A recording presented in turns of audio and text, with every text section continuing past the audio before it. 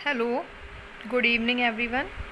आज फिर से हम एक नई खबर के साथ आए हैं। जो लोग यूपीएससी की तैयारी करते हैं उनके लिए भी ये खबर बहुत इम्पॉर्टेंट है, क्योंकि द हिंदू के एडिटोरियल से मैंने ये ली है।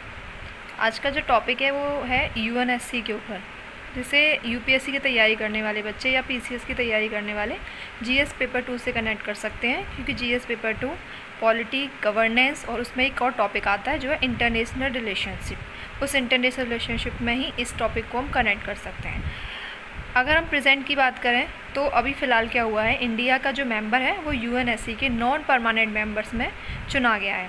यूएनएससी की फुल फॉर्म है यूनाइटेड नेशंस सिक्योरिटी काउंसिल।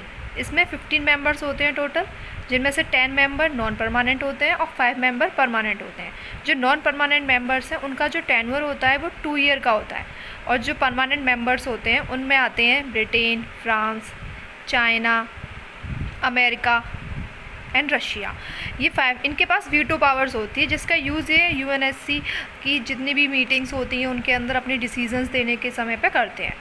अब ये 2 ईयर के लिए जो टेन्योर के लिए जो नॉन परमानेंट मेंबर चुने जाते हैं वो डिफरेंट जोग्राफिकल लोकेशन को रिप्रेजेंट करते हैं। अब करंट में 2021 और 2022 के लिए इंडिया का जो मेंबर है उसे इलेक्ट किया गया है। कौन से जोग्राफिकल एरिया को वो इंडिकेट करता है, वो करता है एशिया पैसिफिक को। इंडिया को काफ़ी अच्छी जीत मिली है इसमें। 193 में से 184 वोट के साथ में इंडिया को इलेक्शन हुआ है, क्योंकि ये इलेक्शन सीक्रेट बैलेट सिस्टम के थ्रू होते हैं, तो इनमें ये बताया नहीं जाता है कि कौन सी कंट्री ने हमें वोट नहीं दिया है। और भी कुछ कंट्रीज़ हैं जिन उनका भी इलेक्शन हुआ है, जैसे मैक्सिको लैटिन अमेरिका से की जोग्राफिकल इंडिकेशन करता है, नॉर्वे, आयरलैंड, कनाडा, इन सब का भी। अब जब इंडिया को इलेक्शन किया जाता था तो जैसे हम देखते हैं हमारे इंडिया में भी जो पॉलिटिकल पार्टीज़ होती हैं इलेक्शन से पहले अपना मैनिफेस्टो जारी करती हैं, जिसमें वो बताती हैं कि अगर वो इलेक्ट होकर के आएंगी तो वो हमारे देश के लिए ऐसा कौन सा खास काम करेंगी कि लोग जो है उनको चुनें। इसी प्रकार का एक मैनिफेस्टो हमारे इंडिया ने भी डिक्लेयर किया था। उस मैनिफेस्टो का नाम था new orientation for a reformed multilateral system. इसको कहा शॉर्ट फॉर्म में कहा जाता है नॉर्म्स। जिसमें इंडिया ने कहा था कि जो यूएन पीस कीपिंग मिशन है उसमें ट्रांसपेरेंसी लाई जाएगी, और जो कॉम्प्रिहेंशन कन्वेंशन और इंटरनेशनल टेररिज्म पे भी फोकस किया जाएगा। टेररिज्म हम जानते हैं बहुत बड़ा मुद्दा है, जम्मू कश्मीर में आए दिन हम इनकी खबरें सुनते रहते हैं, तो वो भी बहुत बड़ा मुद्दा है। और इंडिया के लिए, खासकर इंडिया की सिक्योरिटी के लिए, तो उस मुद्दे के लिए कॉम्प्रिहेंसिव अप्रोच अपनाई जाएगी। और तीसरी जो बात कही थी हमने अपनी मैनिफेस्टो में, वो कही थी कि हम सिक्योरिटी काउंसिल जो है ये बनी हुई है 1945 के टाइम पे, तो अब इसमें कुछ रिफॉर्म्स होने चाहिए। इसमें कुछ और नई कंट्रीज़ जो पहले काफ़ी वीक थे अब वो पावरफुल हो चुके हैं, उनका भी पार्टिसिपेशन इसमें इंक्रीज़ होना चाहिए।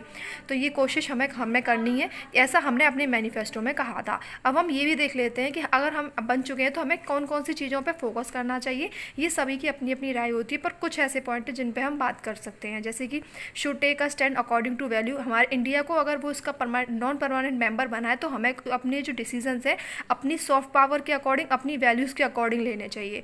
और इंडिया को कोशिश करना चाहिए कि वो नॉन परमानेंट मेंबर्स जो ऑलरेडी उसमें यूएनएससी में है उनका लीडर बन करके उभरे। और तीसरी बात, हमें अब जो वीकर्स कंट्री हैं उनकी वॉइस को भी इन्हेंस करना चाहिए, क्योंकि वो भी एक इम्पॉर्टेंट रोल निभाते हैं वर्ल्ड के अंदर अपने पार्टिसिपेशन के अंदर। तो ये हमारा एक टॉपिक आज का कंप्लीट हुआ जो हिंदी के एडिटोरियल में आया था, यूएनएससी में इंडिया को नॉन परमानेंट सीट मिलने के लिए।